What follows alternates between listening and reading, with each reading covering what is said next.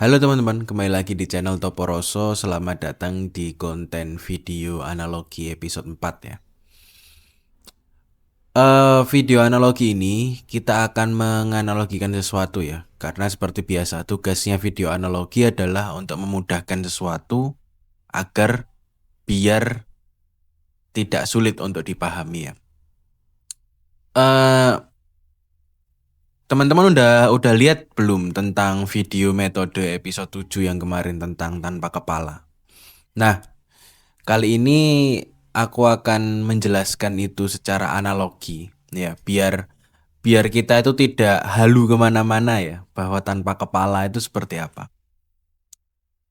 Oke, sebelum masuk ke sana ya teman-teman ya, kita harus tahu dulu bahwa kita itu tidak lepas dari pikiran kita, atau kita tidak bisa melepaskan diri dari pikiran kita atau daya pikir kita atau otak kita atau apapun itu namanya ya. Apapun yang kamu lakukan ya, apapun yang kamu lakukan di dalam semua teknik penyaksian, di dalam semua narasi-narasi surgawi, narasi-narasi kesadaran yang wow-wow itu, narasi-narasi spiritual yang keren-keren itu, pada dasarnya kamu tidak pernah lepas dari daya pikirmu sendiri. Oke? Nah, banyak orang yang berkata bahwa ketika kita ketika kita mengalami spiritual awakening ya, atau kesadaran yang bangun, atau bahasa lainnya adalah tanpa kepala, melihat sesuatu itu tanpa kepala, banyak orang yang berkata bahwa itu adalah fase di mana atau fenomena di mana tanpa pikiran. Jadi melihat sesuatu itu tanpa pikiran, melihat sesuatu itu tanpa label, melihat sesuatu itu tanpa ini dan itu. Oke? Nah, pada dasarnya itu bukanlah tanpa pikiran sebenarnya. Pada dasarnya itu bukanlah tanpa pikiran, tapi gini modelnya. Bayangkan pikiran itu, ini bayangkan ya, bayangkan pikiran itu kayak ruangan gitu ya. Ruangan yang bernama pikiran. Di dalam ruangan itu ada banyak sekali objek ya. Ada banyak sekali objek yang berseliweran, yang kesana kesini. Atau bayangkan itu eh pikiran itu kayak kebun binatang. Ya. Jadi ada wilayah kebun binatang pikiran gitu ya. Pikiran zoo gitu ya. Kebun binatang pikiran. Di dalamnya itu ada banyak hewan-hewan ya macam-macam ya. Nah, eh ini analogi ya teman-teman ya. Kita kita biasanya itu masuk ke kebun binatang itu terus melihat banyak satwa ya toh. Banyak satwa yang mungkin diberi makan sama petugasnya, mungkin lagi tidur, mungkin lagi atraksi gitu ya mungkin ya. Nah, dalam kondisi itu ya, dalam kondisi itu kita itu rawan untuk terpengaruh dengan perilaku satwa-satwa itu. Ya, rawan terpengaruh dengan perilaku satwa-satwa itu. Kadang kalau satwanya marah kita ikut takut. Kadang satwanya kalau jinak kita mulai mendekati gitu-gitu ya. Nah, biasanya orang awam hidupnya itu di area kandang demi kandang. Kandang satwa satu ke satwa yang lain. Kandang binatang satu ke binatang yang lain. Ya, dan biasanya kita bahkan bisa memberi makan itu ya, memberi makan misalkan ada hewan yang singa, terus ada gajah, ada rusa, kita bisa memberi makan itu. Nah, eh kita seneng di situ, kita seneng berinteraksi dengan para satwa itu kan kita seneng ya. Apalagi kita bisa tunggangi, misalkan gajah ya, gajah bisa kita tunggangi atau unta, atraksi unta ya. Tapi kalau singa kan nggak bisa kita tunggangi ya. Kita bahkan bisa menyentuhnya, menyentuh orang utannya, menyentuh ular, foto dengan ular dan sebagainya tuh. Kita seneng di situ, ya. Nah, tapi permasalahannya ketika kita seneng di satu satwa, itu satwa lain itu seakan-akan eh, kita tidak suka, ya. Jadi ada satwa yang kita suka dan ada satwa yang tidak kita suka. Nah, satwa-satwa yang kita suka itu biasanya kita lebih enak, lebih nyaman di sekitar kandang itu ya. Sedangkan satwa yang tidak kita suka atau satwa yang kita jijik gitu ya, misalkan laba-laba, misalkan ya itu kan banyak yang takut ya, atau ular atau buaya mungkin ya. Itu kita sengaja hindari ya. Sifat dari pikiran itu mirip seperti itu. Jadi ada pikiran kita yang kita nyaman untuk interaksi dan ada pikiran kita yang nyaman untuk kita tidak interaksi. Ya. Nah, akhirnya pikiran yang tidak diinteraksikan dan pikiran yang kita interaksikan itu terkadang berbenturan sehingga menciptakan sebuah dualisme antara ruangan yang kita suka atau kandang yang kita suka dan kandang yang tidak kita suka. Nah, kandang yang tidak kita suka itu mungkin nggak kita rawat gitu ya, nggak kita kasih makan, satwanya mungkin marah-marah gitu ya. Kalau kandang yang kita suka ya selayaknya surga, kita kasih makan, satwanya enak, nyaman dan seterusnya. Nah, permasalahannya adalah banyak orang yang tidak mampu dan tidak kuat untuk melihat pertentangan antara dua kubu satwa ini. Satwa yang dia tidak suka dan satwa yang dia suka. Pertengkaran ini itu ada karena kamu pilih kasih itu loh ibaratnya, atau apa ya? Kamu tidak memberi makan secara adil di antara satwa-satwa itu sehingga satwa-satwanya protes gitu loh. Kayak kamu itu punya perusahaan ya. Kamu itu pilih kasih ke karyawan A, karyawan B, C, D itu protes semua. Kayak gitu. Nah, banyak yang nggak kuat dengan itu. Banyak yang nggak kuat, banyak yang butuh pertolongan, banyak yang butuh sandaran pijakan agar kuat dalam menghadapi peperangan yang ada di dalam kepalanya sendiri. Ya. Nah, maka dari itu terciptalah eh, istilah-istilah yang bernama mindfulness, istilah-istilah yang bernama spiritual awakening, istilah-istilah yang bernama kesadaran murni, apalagi ya, sang penyaksi, sang pengamat ya, dan seterusnya ya, istilah-istilah yang keren-keren ya. Nah, istilah-istilah itu merujuk bukan kepada kandang, antar kandangnya.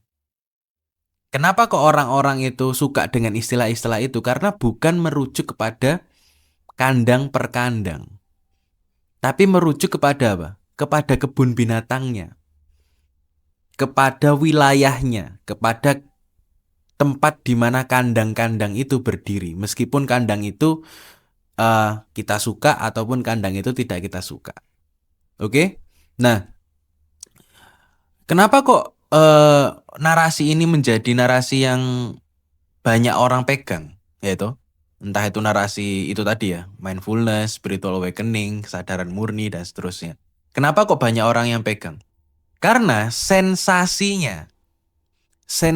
nyamannya ketika kita sudah mengalami bukan kandang ya, sudah mengalami kebun binatangnya, wilayah itu atau ruangannya, maka kita itu menjadi meluas atau pikiran ini menjadi meruang. Jadi ada semacam daya yang meruangi pikir-pikir itu atau buah pikir itu. Jadi bayangkan buah pikir itu kecil ya, titik-titik kecil. Dayanya atau ruangannya itu adalah lingkaran yang besar. Seperti ini gambarnya. Nah, oke. Nah, jadi paham ya. Jadi kenapa kok orang itu nyamannya atau pengen bersandarnya ke hal-hal yang bersifat luas. Bersifat luas, bersifat apa, entah itu bijaksana dan seterusnya ya. Nah, karena itu tadi, karena dia tidak kuat untuk melihatnya secara dekat. Melihat kandang per kandang itu secara dekat. Mentalnya itu masih belum siap. Sehingga dia meluas. Oke, nah kalau aku ya teman-teman, kalau aku itu melihat para pejalan entah itu spiritual atau kesadaran itu biasanya ada dua tipe. Yang pertama orang itu yang mencari solusi atas masalahnya. Yang kedua orang itu memang mencari kebenarannya. Nah, orang-orang yang lari dari kandangnya itu, yang takut melihat peperangan antar kandang atau takut berperan di dalam kebun binatang itu biasanya tipe pertama, yaitu orang yang cuma nyari solusi atas masalahnya sendiri. Misalkan orang yang nyari solusi ini gini, cara bahagia itu gimana mas? Terus cara manifestasi itu gimana mas? Terus cara mengurai penderitaan itu gimana mas? Hanya sebatas solusi. Nah, kalau sebatas solusi mudah, sangat-sangat mudah. Hanya meluaskan kamu atau menarik mundur ke belakang. Terus praktikkan teknik penyaksian, terus praktikkan mengurai emosi, ketukan esoterik, terus agar sudut pandangmu itu meluas seperti kebun binatang itu tadi. Ya, tapi beda sama tipe kedua yang orang ini mencari kebenarannya. Mencari kebenarannya itu apa sih? Dia meneliti setiap satwa, bahkan satwa yang tidak dia sukai, satwa yang membuat dia jijik atau pikiran dia yang membuat jijik, pikiran dia yang membuat dia itu takut. Dia teliti karena dia ilmuwan, karena dia pengen tahu kebenaran di balik semua ini. Meskipun dia tahu bahwa eh, menjadi ruangan itu adalah wadahnya intinya, oke, nggak apa-apa, itu adalah intinya. Tapi dia meneliti lebih dalam bagaimana peran dan fungsi setiap satwa yang ada di dalam kebun binatang. Nggak hanya menyadari atau meruang seperti wilayah kebun binatangnya. Tapi dia pelajari setiap kandangnya, dia pelajari setiap makanannya, dia pelajari setiap baut-baut yang merangkai kerangkeng besinya, dia pelajari setiap anatomi satwa-satwa yang ada di situ. Itu bedanya ya. Bedanya orang yang pertama hanya nyari solusi doang, hanya nyari bahagianya aja, hanya nyari cara mengurai penderitaannya, cara sembuh aja. Dan itu sangat mudah dan itu banyak sekali. Karena itu mainstreamnya, maksudnya kebanyakan banyak orang yang berjalan di dunia spiritual ini, itu atau di dunia kesadaran ini, itu adalah orang-orang yang pengen nyari solusi aja. Bukan nyari kebenaran di balik itu. Seperti itu ya. Kembali lagi ya ke analogi tadi ya. Ke analogi kandang dan kebun binatang. Jadi, mindfulness itu tetap pada mind, tetap pada mind. Jadi gini, eh kandang, kandang monyet, kandang rusa, kandang orang utan dan sebagainya itu aku kasih nama pikiran. Pikiran monyet, pikiran orang utan, pikiran gajah, pikiran rusa, itu kan terkotak-kotak gitu ya. Nah, kalau kebun binatangnya itu mind-nya atau daya pikirnya. Mind itu kan beda ya sama pikiran ya. Kalau pikiran di bahasa Inggris itu namanya thought. Kalau mind itu dalam dalam apa ya? Dalam analogi ini aku sebut sebagai akal atau daya pikir. Jadi beda, akal dan pikiran itu beda, atau daya pikir dan pikiran itu beda. Oke? Pikiran itu adalah hal-hal yang terkotak-kotak di dalam ruangan yang bernama kebun binatang itu tadi. Sedangkan mind itu yang mewadahi, yang melingkupi si kandang-kandang itu tadi yang ada di dalam. Kalau analogi konten dan konteks kemarin kan ada kamar tidur dan bantal loh. Nah, mind itu kamar tidurnya, pikiran itu bantalnya. Kayak gitu loh. Jadi pikiran itu hidup di dalam mind. Sedangkan mind butuh pikiran untuk apa? Untuk menganalisa kotak-kotaknya. Nah, kenapa kok istilahnya itu mindfulness, bukan thoughtfulness? Karena itu tadi, basic pemahaman pemahaman mindfulness atau spiritual awakening atau kesadaran murni macam-macam, itu pemahaman ruangan. Bagaimana kamu menjadi ruangan atas apapun yang lahir di dalam ruangan itu. Paham ya? Jadi jangan dicampur-campur. Ya, meskipun satu, mind dan thought itu satu. Kamar tidur dan bantal itu satu kesatuan. Tidak bisa dipisahkan toh. Mana bisa bantal itu tak pisahkan dari kamar tidur, misalkan bantalnya tak taruh kamar mandi misalkan. Kan nggak bisa. Ya. Nah, jadi mindfulness itu adalah ruangannya. Makanya nggak ada thoughtfulness. Ya. Nah, kembali lagi ke narasi paling awal tadi. Berarti Mas, narasi bahwa melihat tanpa pikiran itu bisa dong. Bisa. Tapi pikiran tentang kandang ya. Pikiran itu kandangnya. Kalau melihat tanpa mind itu nggak bisa. Kalau melihat tanpa akal itu nggak bisa. Tapi kalau melihat tanpa pikiran itu bisa. Secara analogi ini ya. Nah makanya ada orang yang berkata, loh Mas, kalau kita bagaimana caranya kita melihat tanpa pikiran sedangkan kita itu terus berpikir, terus menggunakan pikiran. Nah, masalahnya kita itu tidak keluar dari pikiran sebenarnya. Maksudnya kita itu tidak keluar dari akal kita. Tapi itu kita tetap di dalam situ. Hanya saja kita melihat sesuatu tidak terkotak-kotakan lagi atau undefinitif atau tanpa konsep itu tadi. Sehingga kamu bisa melihat kayak CCTV itu loh teman-teman. CCTV kan ditaruh di pojok ruangan, kau kan seakan-akan menjadi ruangan itu toh. Terus melihat pikiran-pikiran, melihat kotak-kotak, kandang-kandang kayak gitu. Ya.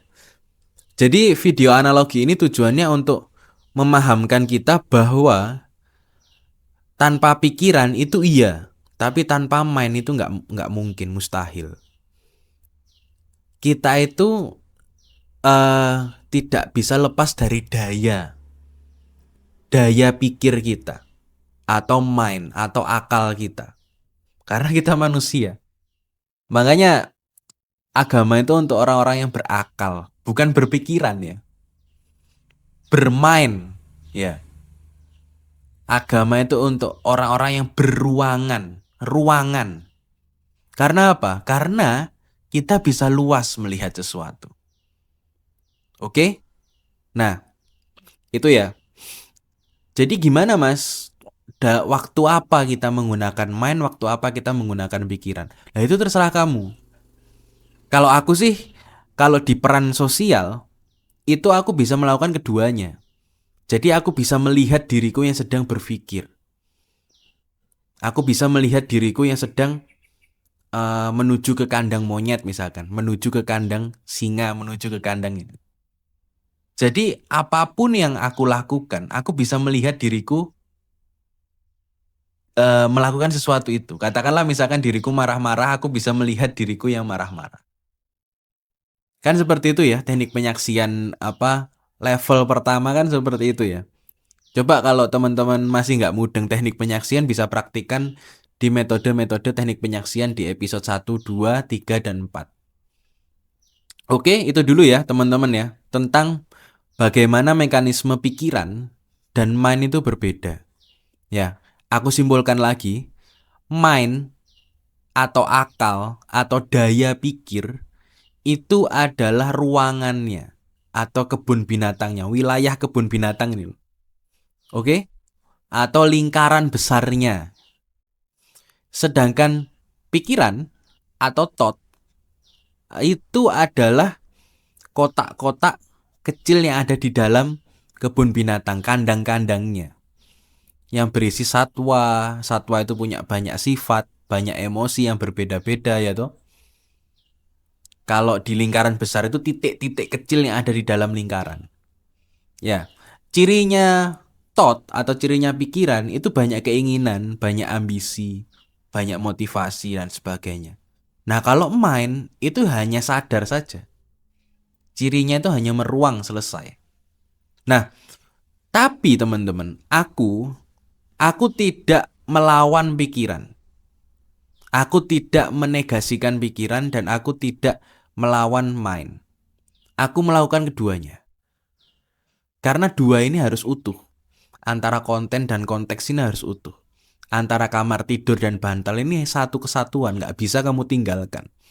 Kalau kamu hanya berfokus kepada kamar tidur, tapi kamu nggak fokus ke objek-objek di dalam kamar tidur, entah itu bantal, guling, ya kamu akan jadi orang spiritual yang tidak menghiraukan dunia.